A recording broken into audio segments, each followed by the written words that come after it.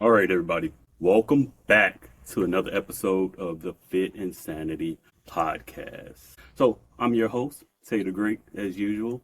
So, my co host Jordan was supposed to be here today. My man couldn't make it, he caught a stomach bug. So, shout out Jordan. Also, shout out Sherry, Benny, other co hosts. I appreciate you guys. If you guys listened to the last episode, like, share, leave a review. Let us know what you think. We really appreciate everyone that comes and listens to the podcast, listens to the show. I really, really thank you guys. The show is doing better. We're in a competition right now on a pod radar. So if you could go on there, go vote, try to get Fit and Sanity a little bit more recognition. We appreciate you guys. All right, so here, this is just me and you guys again. All right, so we pick up where we left off, maybe like episode 27, where it was just conversation between us, right? So this conversation is going to be about sharpening your mind, just like you sharpen your body. So we all sharpen our bodies in the gym. Everyone wants a six pack. Everyone wants bigger arms. Everyone wants more strength, right? But what are you choosing to feed your mind? Like, are we reading books? Are we doing puzzles? Like dementia is one of those things where anyone can get it. And I guess as we get older, those are things that you really want to think about. Like, what are you doing to sharpen your mind? We can play video games. I think that actually probably sharpens your mind a little bit. Read books. I don't know, watch a documentary, something mentally healthy for you. Like, all of that can work, right? So your mind is going to follow your body, right? Or your body's going to follow your mind. I said that wrong. My fault, y'all. Your body's going to follow your mind. So I'll give a quick example on me, for example. So as some of you guys know that's been listening to the podcast, I've been prepping for like a bodybuilding competition. I told myself I'll get on stage just one time. One time, that's all it takes. I'm cool with that, right? So during the prep, I get to like the last 2 weeks. I'm like, I don't know. I feel good. I look fit. Trust me, body fat's low. Everything. I feel good. It's an all natural show. So I'm like, can't take anything. Let's just focus. That's like, I wouldn't take too much anyway. But I get to that last week, which is peak week, which if you're a bodybuilder, you kind of know what that means. And that last week, I was 100% unsure what my body was going to look like on Saturday. So on Sunday, Monday, Tuesday, I went through the processes. I was stressing out. I'm like, I got to just tighten up this waist. Everything else is good. And I remember talking to Victoria at the gym. Shout out Victoria. Just got done with their show. Victoria, Macy, Jessica, Tyler, all you guys. Y'all looked amazing. Y'all did amazing in y'all show. But yeah, no, I wasn't sure. Talked to Victoria. She was like, dude, you probably got it. You're talking yourself out of it. And this is not a win, y'all. So I literally talked myself out of it. And come Friday, right, the day before the show, because I went through the process anyway, I felt great. My waist looked great. I looked at some of the competition. I was like, bro, you could have competed. But I talked myself out of it. So had I just allowed my mind to just stay strong and keep going, I would have been fine. I would have probably did decent in the competition, not saying I'll place or anything for the first time, but I would have done decent. So that's just one of those things where I had already put quitting in my head, and if I had not, would have moved forward a little bit better. So ask you a question. When was the last time you did something like that? You were hyping yourself up. You knew you had it. You knew you had it. It could be school, work, anything, the gym, a set, a rep, a max, and you literally talk yourself right back out of it. Like, I thought I had it. Maybe I don't have it. But then only come find out a little bit later, this is something that you can actually do. So all the actions in your head, they start with a thought, right? As soon as you get that negative thought, it's a route, right? Once you lose that discipline, it's a wrap. So the strongest muscle in your body, it isn't your chest, it's your mind. When everything gets quiet, that thing's still going to be racing, right? So let's go with a fitness tip of the week. So we want to talk about today, I want to talk about progressive overload. So progressive doesn't always mean a new workout, right? You don't have to do a new workout to do progressive overload. You can do, like, for example, for me, I've done the same workout for like 6 months straight and just slowly increase reps or weight.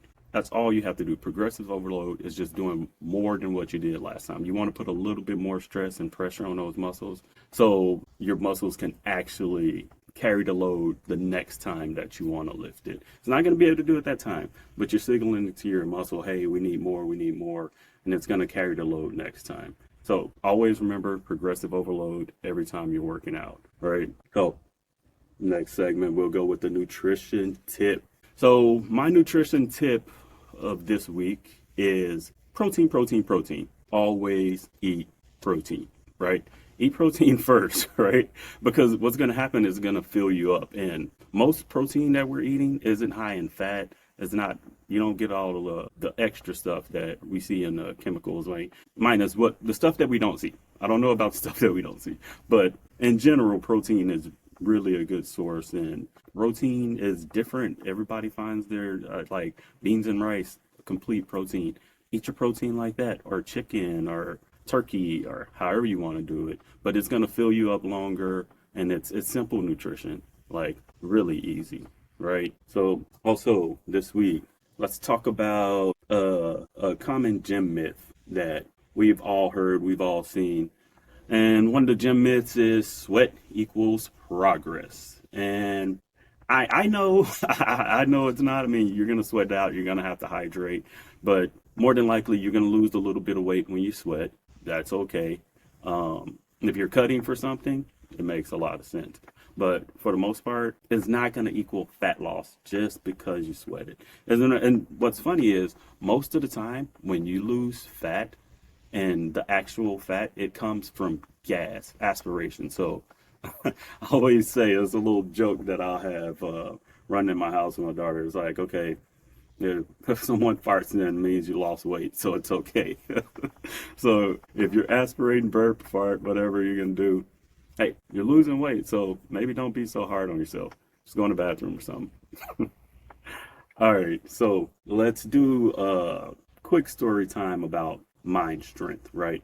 So I said this a couple of times, episodes ago. I'm currently getting my MBA.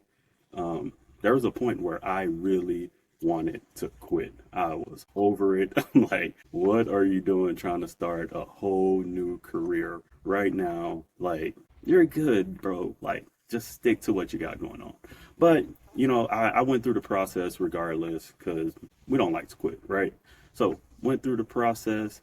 Ended up, I'm on, like, currently I have one class left, right? But before then I was like, okay, these last two classes, and man, when I tell you, it took me a year to pass this class. I struggled. Like, if you've never coded before, you go from health and fitness to trying to do something like that. It was like, I struggled. But it gets to that last point, this last semester, I do the work, and then I look at my grades and I'm like, I turn everything in. I'm like, no, it's got to be right this time. And shout out to the professor. He was good because he wouldn't let me shortcut anything. It was really good.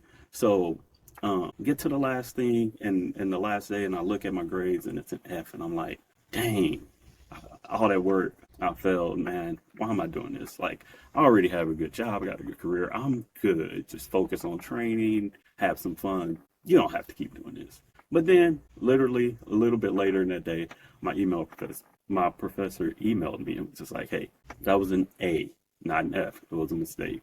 Grades are updated. Boom. So, in that time, I would have quit.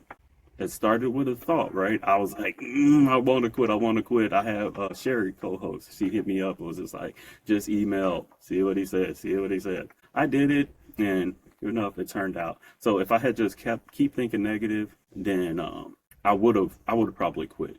And that's also a lesson for your team and who you keep on your team and who you surround yourself with. Get you somebody that's going to go get you, man, when you need help. Get someone that's going to actually be in your corner, that wants to see you win, that actually cares. Be around those people. Those people are the ones that's going to help change your life. And they're going to help you have a good quality of life.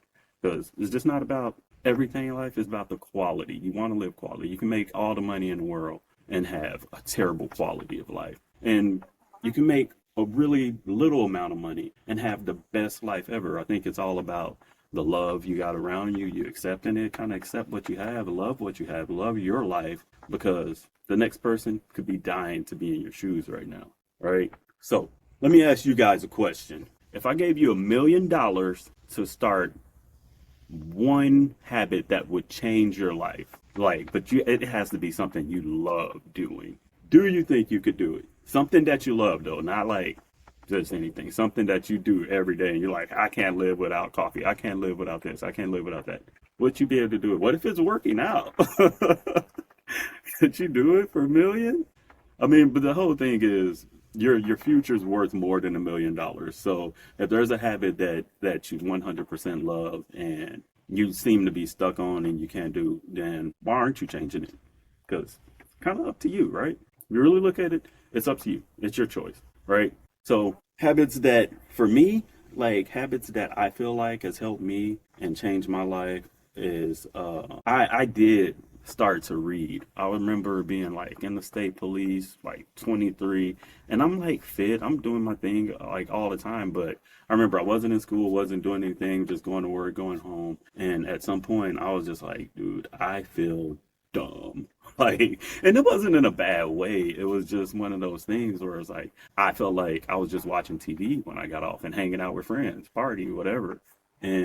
But what was I doing for my mind, right? So at that point for me, I think something that helped change my life and helped me stay after the craving is like, at that point, I just started going to the library every day, just reading different books. And then eventually I feel like I just got that thirst for knowledge. And I'm like, man, I want more. I want to do better. And the more you fill yourself with knowledge, the more you want to explore, which led me back to Texas. And here we are again, trying different things. So here we go. So another thing we can do is a quick, would you rather? And this is me talking to you guys. And just, you can answer the question. And I'm just curious. So you get like, would you rather have a 6-pack with bird legs or big legs with no ab? Like, I don't know. For me, I've had the opposite. I've had the bird legs before. So if I was to try the other way, I feel like you can always get abs. So would rather I'd probably go that way. Would you rather do cardio every day or leg workout every day? I'd 100% do cardio every day. I don't know about you guys, but 100%. Another 5 a.m. workouts forever or 10 p.m. workouts forever? What would you rather do? Let me know. Like, drop it in the chat, drop it in the comments, or comment on one of the posts. I'm really curious. All right, so moving into a different direction on the show segment. So let's go with a fun fact. So your brain uses 20% of your body's energy, but only makes up 2% of your body weight. That's why nutrition, hydration, and sleep, like those are the things that you should focus on. And your mood, because it uses up 20% of your body energy, your brain, but only makes 2% of your weight. And it's literally probably your brain, your heart, these organs are so important, right? Things that we don't think about, brain food, we party a little bit, drink a little bit, really don't think about protecting our brain, but that's one of those things that we definitely should do. And I'll give you a quote of the week, right? Just staying on topic with the episode. The body achieves what the mind believes. I'll say it again. The body achieves what the mind believes. So this isn't about just positive thinking alone. It's about your thoughts, your effort, your consistency, and your daily actions. So there was a whole thing. I think when we were kids, we all got these sayings, right?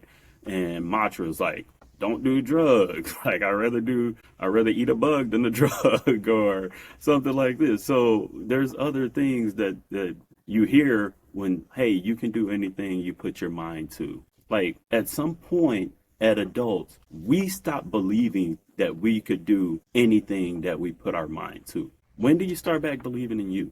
When do you start back believing in yourself? Like, if you really look around and look at your kids and watch what you're instilling in them, don't touch anybody. Don't keep your hands to yourself. Um, be nice. Be kind to others. Treat others like you want to be treated. But us adults don't do that, do we? We don't do that. But we teach our kids that.